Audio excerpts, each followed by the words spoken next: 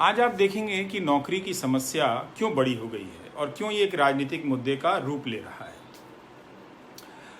आप याद करें कि 2019 के जब लोकसभा चुनाव के समय में नौकरी सीरीज के कारण रेलवे पर दबाव बना और पीयूष गोयल को अनाउंस करना पड़ा कि हम सहायक लोको पायलट और टेक्नीशियन और अन्य भर्तियां निकालेंगे। और उन्होंने तो दावा किया था कि 1 साल के भीतर सारी भर्ती पूरी हो जाएगी, लेकिन आज तक की नहीं। जो लोग परीक्षा पास कर चुके हैं उन्हें भी पूरी तरह से सैलरी अभी शुरू नहीं हुई है, उनकी ट्रेनिंग शुरू नहीं हुई है। ट्रेनिंग शुरू नहीं हुई तो भत्ता नहीं मिल रहा है। और यही नहीं, 2019 में एनटीपीसी कैटेगरी की वैकेंसी निकाली, रेलवे ने फॉर्म भरा है, उसकी इम्तहान का अभी तक पता नहीं है। तो लोगों ने मजाक उड़ाया, कहा कि पकौड़ा बेचना भी रोजगार है, और ये चल गया। काफ़ी मजाक उड़ा। युवाओं ने कहा कि छोड़ो इन बातों को, क्या करना है, हम फिर से वोट देते हैं। वोट आप किसी को भी दीजिए, लेकिन इस मुद्दे के साथ अन्याय मत होने दीजिए। इस मुद्दे को आप थोड़ा मैं चाहता हूं कि आप व्यापकता से समझें। मैं काफ़ी पढ़ता रहता हूं। अभी एक नई किताब आई है, ये संतोष मेहरोत्रा की किताब है, reviving jobs an agenda for growth. ये अर्थशास्त्री लोग हैं, इन्होंने मिल के लिखा है। कई लोगों के इसमें लेख हैं और ये 599 रुपये की किताब है। तो इसको पढ़ते हुए कुछ बातें समझ में आई, लगा कि आपके सामने रखना चाहिए। तो देखिए, 3 तरह की चीज़ें हैं। स्वरोजगार है, सरकारी रोजगार है और प्राइवेट नौकरी है। तो ये कहा जा रहा है कि सरकार सबको नौकरी नहीं दे सकती, आप स्वरोजगार करें। भैया, ये बात आप स्पष्ट रूप से समझ लें कि भारत के लोग वैसे ही स्वरोजगार सबसे ज़्यादा करते हैं। खेती के बाहर जितने भी लोग नौकरी करते हैं या रोजगार करते हैं, उनमें से 99% लोग असंगठित क्षेत्र में, और इस असंगठित क्षेत्र में जितने भी लोग हैं उनमें से 65% लोग स्वरोजगार करते हैं। तो स्वरोजगार तो आप पहले से भी कर रहे हैं, लेकिन उसकी कमाई बहुत कम है। 10,000 15,000 वेतन पे लोग काम कर रहे हैं। और इसमें भी क्या झटका लगा कि मैन्युफैक्चरिंग सेक्टर और कंस्ट्रक्शन सेक्टर, ये 2 ऐसे सेक्टर हैं असंगठित क्षेत्र के मुकुट हैं। इनमें बिना कौशल के भी लोगों को काम मिल जाता था। काम बहुत पैसे का नहीं मिलता था, लेकिन 2014 के बाद से हमारा एक्सपोर्ट जो है काफ़ी गिर गया। मैन्युफैक्चरिंग में निवेश कम हो गया, क्योंकि जो बाहर की कंपनियां थी उन्हें क्वालिटी नौजवान नहीं मिल रहे थे, तो वो यहाँ अच्छी चीज़ें बनाने नहीं आई। तो मैन्युफैक्चरिंग सेक्टर से आपका रोजगार कम हो गया। कंस्ट्रक्शन, जिसमें बिल्डिंग वगैरह बनती है, इन सब चीज़ों में किरण जी, मैं काश मेरे पास सचिवालय होता तो मैं सबकी समस्याओं का समाधान कर देता, पर मैं पत्रकार ही हूँ, मैं कितनी उम्मीदों को पूरा कर पाऊंगा। तो क्या हुआ कि कंस्ट्रक्शन सेक्टर बैठ गया। आप जानते हैं कि अब इस सेक्टर में ना तो सैलरी है ना नौकरी है। तो ये जो 2 सेक्टर थे जिसमें कम क्वालिटी वाले नौजवानों को काम मिल रहा था, ये बैठ गया। और टेक्सटाइल भी था, वो भी बैठ गया। तो कम क्वालिटी वाला नौजवान कौन है, आप समझिए। ये हमारे ज़िलों के, बक्सर हो या आरा हो या फिर नालंदा हो या जमुई हो या सहरसा हो या बेगूसराय हो, मोतिहारी हो, मुजफ्फरपुर हो, बेतिया हो या दरभंगा हो, इन सब के कॉलेजों से पास किए हुए जो नौजवान थे, उसमें पढ़ाई तो होती नहीं थी। 3 साल का बीए 5 साल में हो रहा था, मज़े में, कोई परवाह नहीं कर रहा था। तो आप क्वालिटी नहीं पढ़ पाए, तो आप क्वालिटी के नौजवान नहीं बन पाए, तो आपको कम पैसे का वेतन मिला। अब आपको 10,000 या 15,000 रुपए का वेतन मिलेगा। असंगठित क्षेत्र में ज्यादातर लोग इसी प्रकार के वेतन में काम करते हैं। अगर आप सिर्फ कई साल आप 15,000 के वेतन पे काम करेंगे, तो आप काम करते हुए भी गरीब होंगे, और दूसरा, काम नहीं मिलेगा तो भी आप गरीब होंगे। तो बड़ा हिस्सा भारत में की आबादी का बड़ा हिस्सा, जिसके पास काम नहीं है और जिसके पास काम है, वो गरीब हो रहा है। तो इस किताब में एक बात बड़ी अच्छी लगी मुझे। इसमें कहा गया है कि भारत के पास डेमोग्राफिक डिविडेंड है। ये प्रधानमंत्री भी 2014 से कहते हैं कि हमारी आबादी का बड़ा हिस्सा 65% 35 साल से कम उम्र के लोगों का है। इनका कहना है कि इसका लाभ, ये मौका किसी देश की जिंदगी में बहुत मुश्किल से आता है, एक बार आता है। इसका लाभ हम उठा रहे थे, लेकिन अब जब बेरोजगारी आई, अर्थव्यवस्था नोटबंदी के बाद से चौपट होनी शुरू हुई, तो लोगों के रोजगार कम हो गए और जो 10 से 12 हज़ार कभी धीरे धीरे सैलरी बढ़ती थी, वो भी संभावना समाप्त हो गई। तो अब आप भारत की आबादी, जिसे हम डेमोग्राफिक डिविडेंड कहते हैं, जिससे हमें लाभ मिलना था, उसको लाभ का मतलब क्या हुआ? उसको काम मिलेगा, वो अच्छा कमाएगा और कुछ बचत करते हुए बुढ़ापे की तरफ जाएगा। तो इस किताब में कहा गया है कि अब भारत के पास जो डेमोग्राफिक डिविडेंड है वो 2040 में समाप्त होगा। सिर्फ 20 साल बच गए हैं। अगर हमने नौकरी की संभावनाओं को बेहतर नहीं किया तो हमारी जो इस वक्त की आबादी है वो बेरोजगारी के दौर से बुढ़ापे में प्रवेश करेगी। दो तरह से, जिसके पास काम नहीं है और जिसके पास काम है उसके पास सैलरी कम है। सैलरी कम है, उसके पास सामाजिक सुरक्षा कम है। सामाजिक सुरक्षा कम है, आप जानते हैं कि भारत में सिर्फ 10% लोगों के पास बीमा है। असर क्या होगा? अगर आप बीमार पड़ जाएंगे तो जो भी आपके अकाउंट में 40,000 50,000 रुपए होगा और साथ में कर्ज आ जाएगा, पैसा उड़ जाएगा। तो आप गरीबी रेखा से नीचे जाएंगे या उतना ही अमीर हो पैसा आएगा कि आप जी सकें। इसलिए बहुत बड़ी आबादी को काम मिलने के बाद भी भारत में आर्थिक असमानता बढ़ी है, क्योंकि आपको काम नहीं मिला। तो इनका कहना है कि जब तक क्वालिटी का एजुकेशन नहीं होगा, जो आपको नहीं मिला, तो आपको अच्छी सैलरी का काम नहीं मिलेगा और आप जो काम करने जाएंगे उसको बहुत अच्छा नहीं बना पाएंगे। आपका आत्मविश्वास कमजोर होगा, आपका हुनर खराब होगा। अब इन्होंने स्किल इंडिया चलाया, लेकिन एजुकेटेड इंडिया नहीं चलाया। क्यों? क्योंकि उसके लिए सारे कॉलेजों में मास्टर रखने पड़ते, अच्छे मास्टर रखने पड़ते। तो आप क्वालिटी के छात्र बनते तो अच्छी नौकरी करते, अपनी भी, और ऐसा कुछ करते कि और लोगों को भी नौकरी देते। स्वरोजगार आप अभी भी आप कर रहे हैं, ऐसी बात नहीं कि आप नहीं कर रहे हैं। अब ये देखिए, किसी ने लिखा, अनुराग ने, कि बिहार एसएससी में 6 साल से पेंडिंग है। ये मजाक नहीं है क्या? क्या समझ रखा है लोगों ने इस देश के नौजवानों को? ये मजाक हो रहा है आपके साथ। तो आपका एजुकेशन खराब हुआ, आप खराब क्वालिटी के नौजवान बने, आप कोचिंग में भटकते रहे मामूली बीए पास करने के लिए, कॉलेज में महंगी फीस दी, लेकिन वहां पढ़ाई नहीं हुई, कोचिंग में दोबारा पैसा दिया। दुनिया के किसी देश में ऐसा नहीं होता है, किसी देश में नहीं होता। पढ़ाई का स्तर बहुत अच्छा होना चाहिए था, जो इन्होंने आज भी नहीं सोचते। इन्हें लगता है कि व्हाट्सएप यूनिवर्सिटी में कुछ मुसलमान, कुछ पाकिस्तान का भेज दो, कुछ चीन का भेज दो, हमारा नौजवान उसी में टहल टहल के समाप्त हो जाएगा। जाति धर्म से बड़ा क्या हो सकता है? वो उसकी पहचान के लिए जान दे देगा, लेकिन रोजगार की बात नहीं करेगा। आप मत करो। तो आपको खराब क्वालिटी का नौजवान बनाया गया। सरकारी क्षेत्र में नौकरियां बंद कर दी गई, प्राइवेट सेक्टर में नौकरियों की संभावना समाप्त हो गई। तो बेरोजगारी बढ़नी थी। सरकार जो भर्तियां निकाल रही थी वो सिर्फ 4th ग्रेड की भर्तियां निकाल रही थी। तो इसीलिए आप देखेंगे कि वो नौकरी जिसकी 4th ग्रेड की सैलरी चूंकि 20,000 25,000 थी, और प्राइवेट सेक्टर में जहां वो 12,000 पे काम कर रहा था, इंजीनियर होते हुए भी, मैनेजमेंट की डिग्री लेते हुए भी, जाहिर है वो चपरासी की नौकरी के लिए अप्लाई करेगा। इसलिए वहां पर भीड़ थी, भगदड़ थी। अब आप देखें कि 2014 के बाद से यूपीएससी में आईएएस आईपीएस के भी पदों की संख्या में गिरावट आई है। सरकारी जो बी ग्रेड की नौकरियां थीं, एसएससी, राज्यों में आयोग की परीक्षाएं थीं, उनकी परीक्षाएं रोक दी गई। 2017 में कई महीने तक नौकरी सीरीज चलाने के बाद एसएससी की पुरानी परीक्षाओं के रिजल्ट आए। लोकसभा चुनाव में इसे पकौड़ा तलने को रोजगार कह दिया गया, उसके बाद खत्म हो गया। उद्योग का विकेंद्रीकरण है सर, आप समझिए जरा ढंग से। बीच में आप कोई भी आइडिया मत डालिए कि उद्योग का विकेंद्रीकरण हो जाएगा तो हो जाएगा। ऐसे नहीं होता है।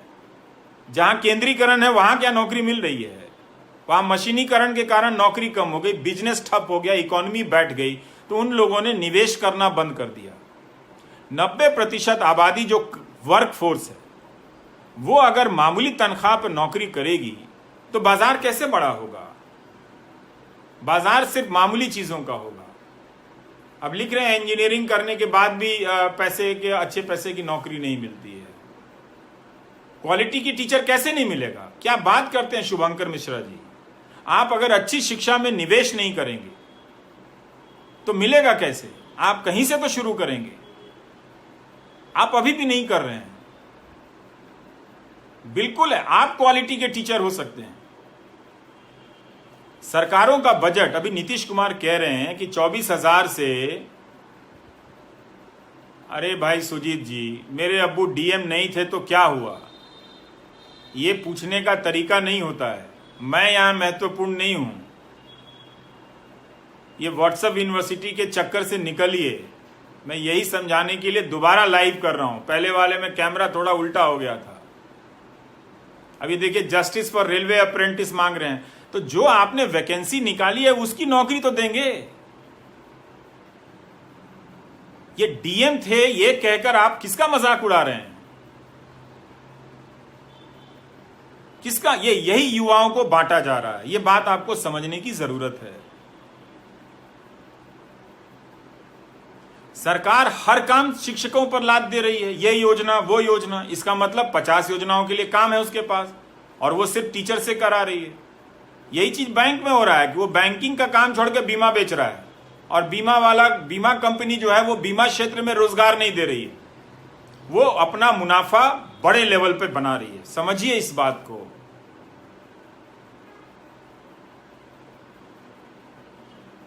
इसलिए आप समझिए कि ये नौकरियां कम की गई हैं। सरकार ने नौकरी नहीं रखी, पेंशन बंद कर दिया कि वो पैसा बचेगा तो बड़े उद्योगपतियों को दिया जाएगा। जब सरकार आपको नौकरी नहीं देगी, आपको ताने दे रही है कि आप डीएम बनने वाले थे, तो फिर उद्योगपतियों के चौपट हुए धंधे को बचाने का काम सरकार का होना चाहिए, वो भी कई लाख करोड़ देकर।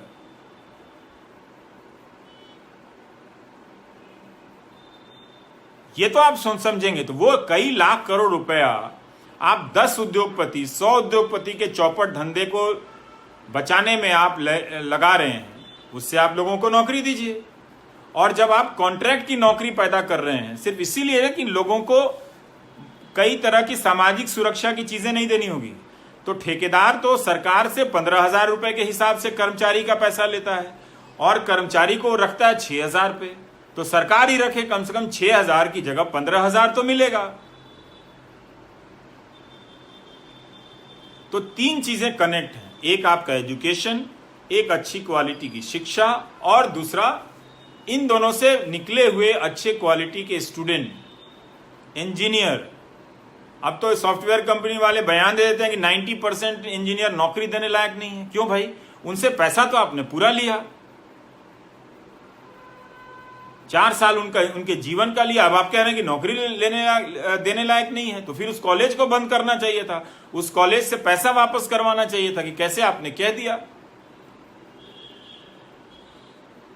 इसलिए काम करने के हालात खराब किए जा रहे हैं, और इसीलिए ज्यादातर लोग बेरोजगार हुए। जिनके पास रोजगार है उसके पास पैसा नहीं है। ये बात आप समझिए। नौकरी के मसले का मजाक उड़ाने का समय नहीं है। एक बार उड़ चुका। कई लोग कहते हैं कि बिहार में भी ये मुद्दा हार जाएगा। हार जाए, मुझे उससे कोई फर्क नहीं पड़ता। 2017 में जब मैंने नौकरी सीरीज शुरू की थी, पता भी नहीं था कि बिहार में ये मुद्दा बन जाएगा, पता भी नहीं था कि मध्य प्रदेश में ये मुद्दा बनेगा और छत्तीसगढ़ में भी बनेगा। इसमें आप सभी सरकारों की कड़ी परीक्षा लीजिए।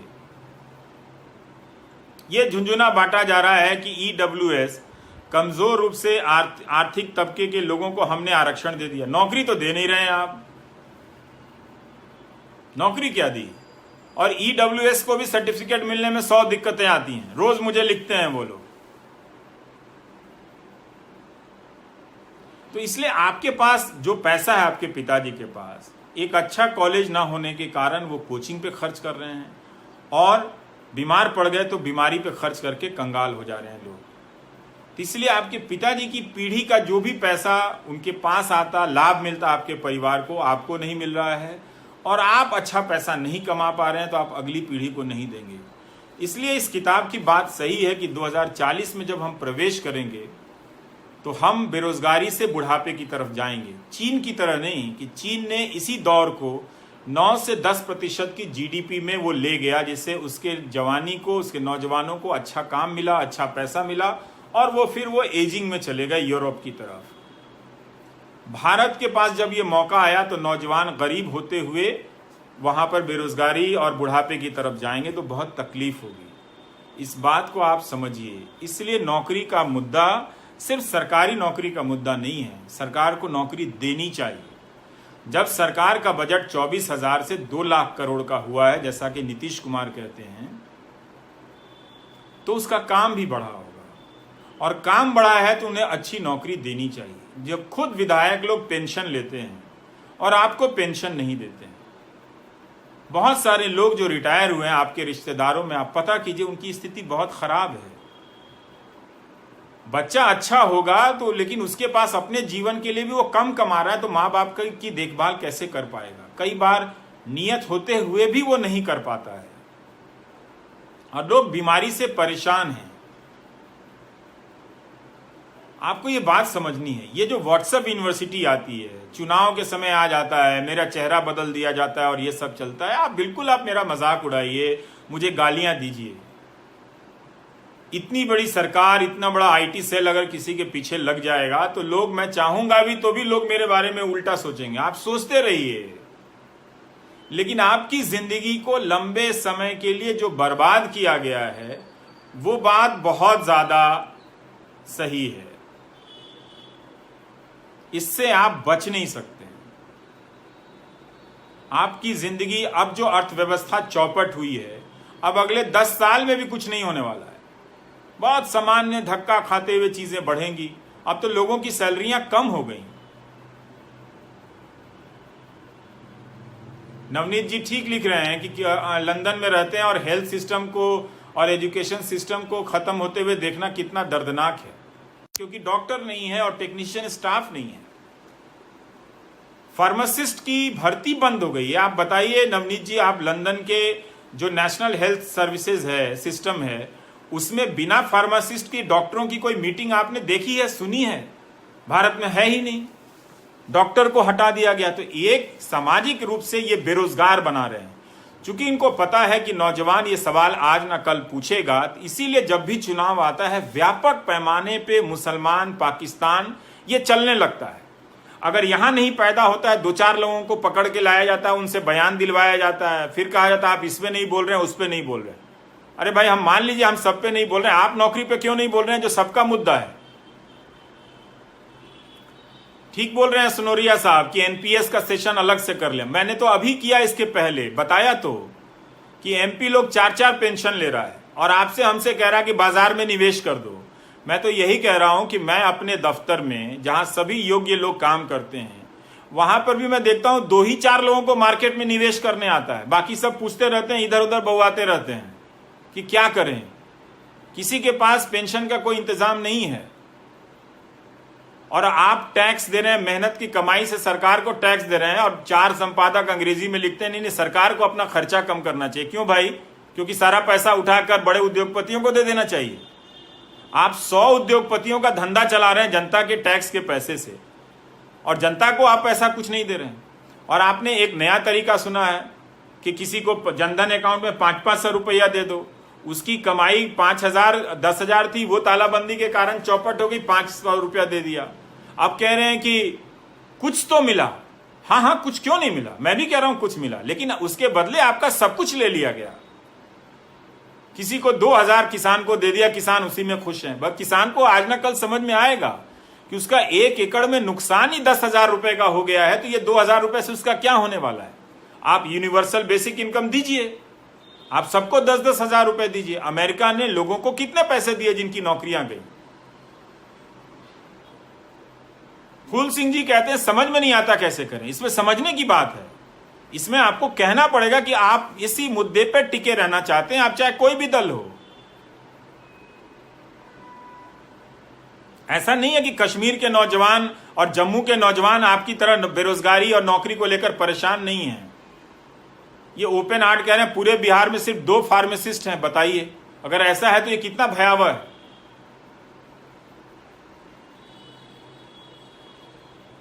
तो इसलिए हर जगह के नौजवान सरकारी परीक्षाओं को लेकर परेशान है। 8-8 साल लगेगा, 6-6 साल लगेगा, इतना घमंड आपको?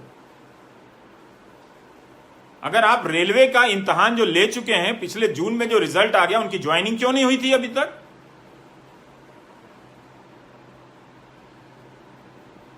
अप्रेंटिस वाले कितना आंदोलन कर चुके हैं, कोई नहीं देखना। सिपाहियों के कितने पद खाली हैं, शिक्षकों के कितने पद खाली हैं। इसलिए इसे देखिए और समझने का प्रयास कीजिए। खुर्शीद आलम कह रहे हैं I am also a victim of salary reduction. भाई मेरी भी कम हो गई है तो मैं क्या करूं बताओ।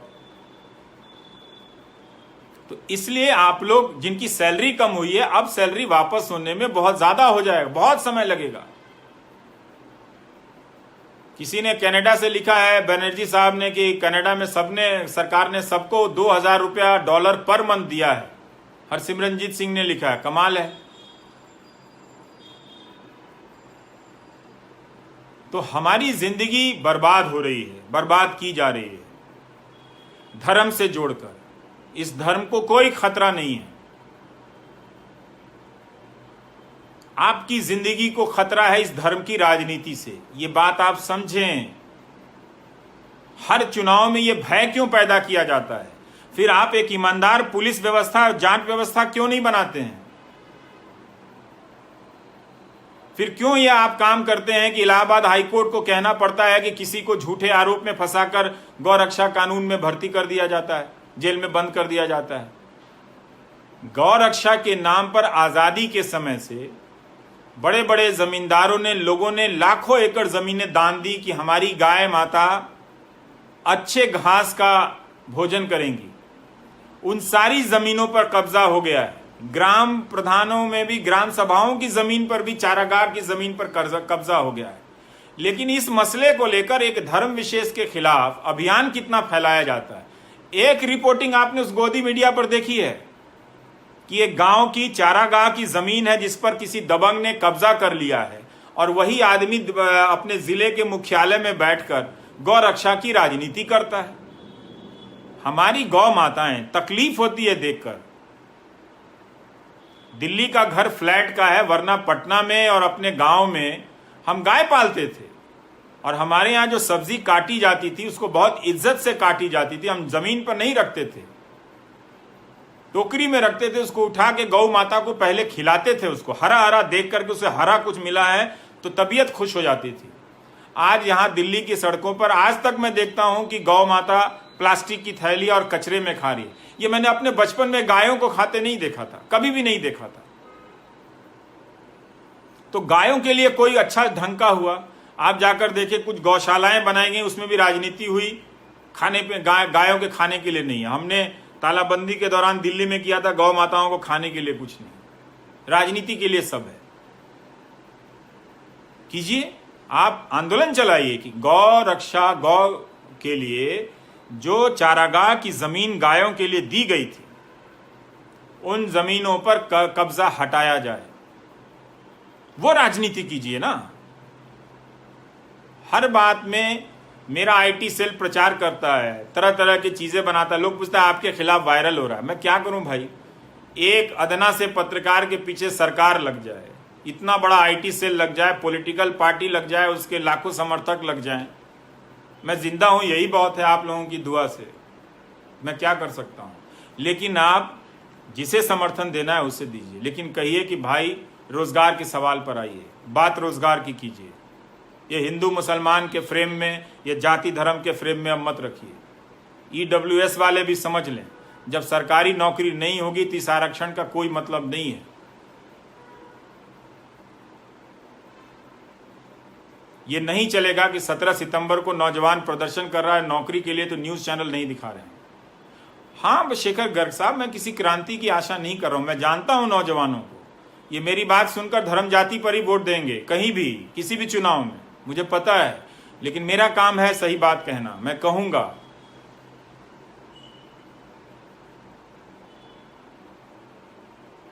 ये बात आप किसी चुनाव के संदर्भ में नहीं देख सकते। मैं 2017 से अकेला इन सवालों को उठाते आ रहा हूं। उसके पहले मुझे इसका नहीं, इनको परवेज साहब को डिप्रेशन क्यों हो रहा है? मैं तो रास्ता बता रहा हूं परवेज साहब, मुझे तो डिप्रेशन नहीं हो रहा है। अब कोई कह रहा, अविनाश कह रहे हैं कि रेलवे को 866 करोड़ रुपए आ गए 2017-18 में फॉर्म से। मुझे पता नहीं, हिसाब मुझे जोड़ना नहीं आता, मैं अक्सर गलती कर देता हूं। तो इसलिए आप सब काबिल लोग हैं, आपको खराब एजुकेशन सिस्टम देकर कम काबिल बनाया गया है। किसी ने लिखा है वियतनाम सरकार ने भी 10,000 दिया है सबको, यहां देखिए 500 और 2,000 देकर ही गुणगान गा रहे हैं सब। तो आप करें। शेष नारायण साहब कह रहे हैं नेपाल से हैं, वहां से मेरा न्यूज देखते हैं। नमस्कार शेष नारायण जी, क्या बात है, कोई वियतनाम से, कोई लंदन से और कोई कनाडा से आ गया। उड़न तश्तरी भी जीवी हैं हमारे साथ। खिलाना चाहिए, क्यों नहीं खिलाएंगे गाय को सब्जी भाई? ऐसी व्यवस्था हम कर सकते थे। उसके चारागाह की जमीन ही हम रखते, उसमें हरी हरी घासें होती तो हमारी गाय खा के मजा आ जाता, स्वस्थ दूध मिलता हम सबको। तो इसलिए बहुत सारे नौकरी के सवाल को शिक्षा, स्वास्थ्य, आपके कौशल, अच्छी शिक्षा से जोड़कर देखिए, वरना आप सब बहुत बड़े नुकसान की तरफ बढ़ते चले जा रहे हैं। ये आईटी सेल वाले बदल कर चले जाएंगे जो आपके व्हाट्सएप में भेजते हैं। आपके व्हाट्सएप में इस तरह की अफवाहें आए तो समझिए कि कोई आपको इसी लायक समझता है। यह आपका अपमान है। आपकी नौकरी के साथ इस दौर में जो 6 साल में मेहनत होनी चाहिए थी वो नहीं की गई। स्वरोजगार किया जा रहा है। जो कहने वाले लोग, उनको पता होना चाहिए कि सबसे ज्यादा लोग स्वरोजगार करते हैं इस देश में। सिर्फ 10% लोग हैं जो फॉर्मल नौकरी पे हैं, जिन्हें सैलरी मिलती है नियमित, अच्छी सैलरी वाले 7 से 10% हैं। पढ़िए इस किताब को, पता चलेगा। और ऐसे बहुत सारे लेख हैं। बेरोजगारी की दर जब 45 साल में सबसे अधिक हुई तो डेटा ही गायब कर दिया गया, अदल बदल के लाया गया, कहा नहीं हमने कुछ पैमाना बदला है। अब 17% बेरोजगारी है। 17-18 में ही Centre for Monitoring Indian Economy ने कहा था कि 1 करोड़ रोजगार कम हो गए। तो लगातार रोजगार कम हो रहे हैं, जो मिल रहे हैं उसमें सैलरियां कम हो गई हैं। क्या आपको अंदाजा है कि किस तरह की तबाही आने वाली है? तो आपके माँ बाप हों, आप हों, जितना नशा आपको धर्म की राजनीति में करना है कर लीजिए।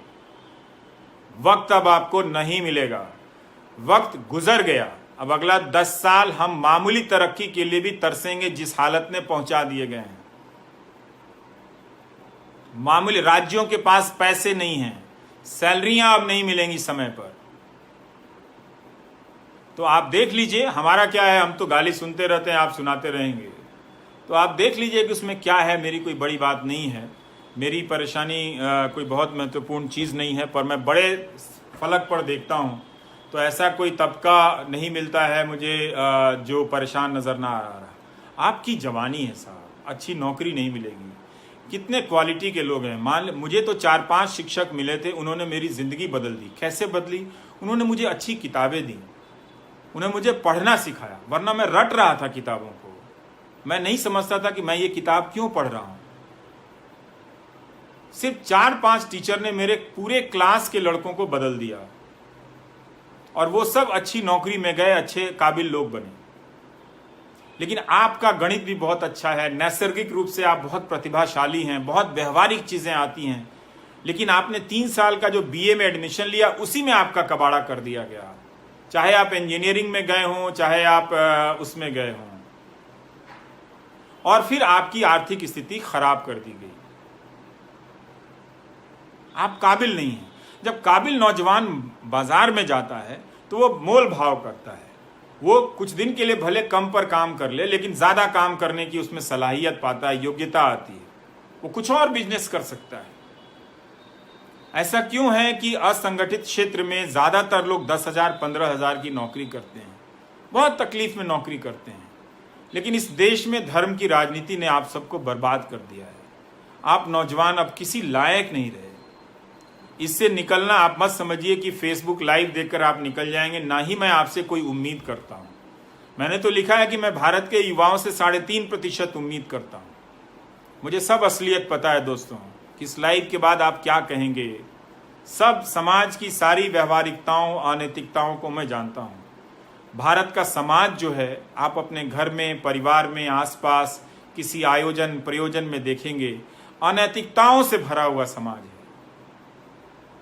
इसमें एक और बात लिखी हुई है कि भारत का परिवार इलाज कराने और दहेज देने में गरीब हो जाता है। सोचिए, 2 में से 1 परिवार दहेज के कारण गरीब हो जाता है।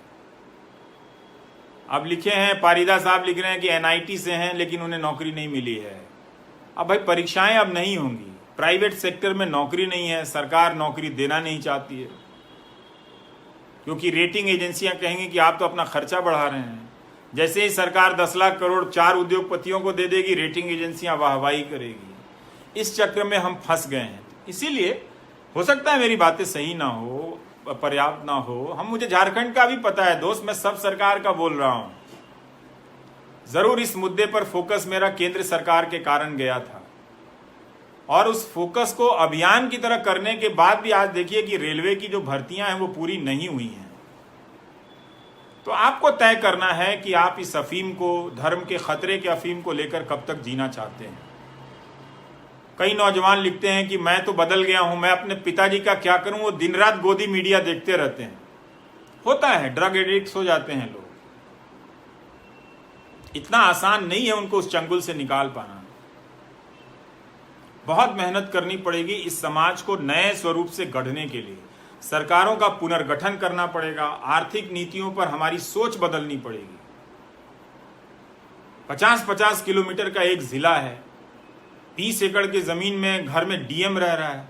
एक डीएम क्यों होना चाहिए? 4 डीएम क्यों नहीं होना चाहिए? वो डीएम अपने कार्यकाल में अपने सारे विभाग के कर्मचारियों से मिल नहीं पाता होगा, वो काम क्या करेगा? केवल मीटिंग होती है, आजकल यही होता है, जिले में मुख्यमंत्री मीटिंग करने लगे हैं, उसका फोटो दिखाया जाता है, डीएम को डांटा जाता है। वो डांट खाएगा ही, क्योंकि उसके पास कर्मचारी नहीं है। बहुत सारे लोग अच्छी नीयत के साथ आईएएस बनना चाहते हैं, पर इन्हीं सब चीजों में भटक के अंत में फिर वो भी भ्रष्ट होकर चले जाते हैं।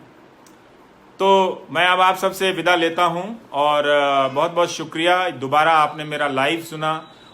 उम्मीद करता हूं कि इस बार मेरा फ्रेम अच्छा होगा। और भोजपुरी में 2 लाइन में मैं फिर से कह देता हूं कि बबुआ लोगिन, बबुनी लोगिन, बात सुनी लोगिन, रहुआ लोगिन के नौकरी के अब कहीं कोई ठौर नहीं है। जो ना स्कूल कॉलेज में बपसी पढ़ा के भेजले रहले, वो कॉलेज में मास्टर नहीं है, नीमन प्रोफेसर नहीं खन सन, तो रहुआ लोगन जो काबिल बनत रहनी है अब काबिल नहीं थी, तो कम कामों मिली तो रहुआ लोगन के कमे पैसा के काम मिली, वो बनावल गई बा, जबकि रहुआ बहुत काबिल रहनी है। अगर नीमन मास्टर रहता सन आ मास्टरनी लोग रहित लोग, तो रहुआ लोगन के चमका दिले रही, तो नीमन नीमन नौकरी मिलल रही रहुआ लोगन के। अब वो नहीं के मिलत, तो एजुकेशन राउर बर्बाद हो गई, आ हेल्थ बर्बाद बा चौपट। तो इलाज में जो बपसी के लगे, बाबूजी के लगे जो पैसों बा, वो इलाजे में बर्बाद हो जाता, सारा पैसा फूका जाता, रहुआ लोग फिर गरीब हो जाते हैं। तो एक जना के तो नौकरी नहीं है, आज जरा नौकरी बा ओकरा उतने सैलरी बा कि वो बेचारा जी सकता, पेंशन उन्शन के कोनो ठिकाना नहीं है। तो ऐसे जो ये नौकरी के जो मसला बा ओकरा के मजाक में मत उड़ाई, आ ईगो में मत ली रहुआ लोग। हम देखा तनी, सब जानत तनी हम कि क्या तरह लोग जात पात के लेके, धर्म के लेके ड्रामा कैले बा, बुझात नहीं के हमरा। हेतना लोग के कमेंट देखा तनी और पढ़त नहीं, हमरा लोग अकेले नहीं के, ये करत करत थाक गई नहीं। अब मियाज हारल बा, लेकिन फिर बोले लगे नौकरी को लेके। बिहार चुनाव खातिर हम चुप में बानी, संबंधित नहीं है, ओकरा बादो बोलल जाई। नौकरी के सवाल के ठीक करही के पड़ी। 3-3 बरिस 4-4 बरिस लोग इम्तहान के लिए लोग डरामा कैले बा, लोग आ लबरई ढिलता लोग आके मंच पर खड़ा होकर कि नौकरी देतनी, स्वरोजगार करो। लोग जानत नहीं गिरो लोग, इनकी सारा आधा आबादी तो स्वरोजगार करता। बिहार में भी अमरजीत जी बहुत खराब है, नौकरी की क्या स्थिति आप पूछ रहे हैं? बिहार में कौन से राज्य में अच्छा है? अरे भाई हम बिहार इलेक्शन में नहीं आए हैं, ये नौकरी का सवाल अनिल कुमार जी 2017 से कर रहे हैं, हर चुनाव में, हर समय। देखिए सैकड़ों प्रोग्राम किए हैं नौकरी पे, सैकड़ों। अकेला पत्रकार हूं दुनिया में, 9 बजे प्राइम टाइम में सारा छोड़ के सैकड़ों प्रोग्राम किए, गिन नहीं सकता हूं मैं भी। इतना दर्द देखा है युवाओं का। तो आप बहाना बना के गाली देते रहिए मुझे, उससे कोई फर्क नहीं है। आपको नौकरी मिल जाए तो मुझे मिठाई भेज दीजिएगा, अच्छी नौकरी मिले तो। यहाँ तो परीक्षा पास करके लड़का लोग घर में बैठ लो क्योंकि नौकरी नहीं है, तो जाता नहीं। बहुत बहुत शुक्रिया, आप लोगों ने हमको देखा, दोबारा सुना। अच्छा है कि आप इस नौकरी के मुद्दे को व्यापकता से समझेंगे, अपनी शिक्षा से जोड़कर देखेंगे, अच्छी क्वालिटी की शिक्षा से, अपने हुनर से जोड़कर देखेंगे। जा गिर गया, हाँ, और स्वास्थ्य से जोड़कर देखेंगे, सामाजिक सुरक्षा से जोड़कर देखेंगे। वरना आप अच्छी ज़िंदगी नहीं जी पाएंगे। आपकी ज़िंदगी में कई तरह की बेचैनियां रहेंगी। इसलिए ये आईटी सेल वालों की नौकरी छोड़िए। आईटी सेल की नौकरी भी स्वरोजगार है, उड़न तश्तरी जी कर रहे हैं। हाँ, एक तरह से है। उन सब की भी नौकरी बदल जाएगी। कितना झूठ बोलेगा कोई, टाइप करेगा, लड़का बीमार हो जाएगा। 20,000 रुपये अगर आपको मिल रहा है, दिन भर आप रवीश कुमार के बारे में अनाप शनाप लिखते लिखते वो बीमार हो जाएगा बेचारा, कि कितना लिखे इसके बारे में। तो इसलिए ठीक है, हम मीडिया नहीं बदल सकते, हम दुनिया नहीं बदल सकते, हम समाज नहीं बदल सकते हैं। हम जो बात कह सकते हैं वो बात मैंने आज आपसे फिर से कही है, हम 1000 बार कहेंगे, हज़ारों बार मैंने चिट्ठियाँ लिखी है नौजवानों के नाम। तो इसलिए लफा शूटिंग मेरे साथ नहीं भैया, कि चुनाव आया है तो मैं बोल रहा हूँ। इतना बोला हूँ नौकरी के सवाल पे कि कई चुनाव गुजर गए, अभी कई चुनाव गुजरेंगे इस नौकरी के सवाल पे। इसलिए आप सबको शुभकामनाएं। आप अपने ज़िले के कॉलेजों का हाल लीजिए, अस्पतालों का हाल लीजिए। प्लीज़ कुछ ठोस बदलाव की तरफ आप बहस को ले जाइए, जिससे नेताओं पर, सभी दल के नेताओं पर, सभी सरकारों पर मुकम्मल दबाव पड़े। नमस्कार।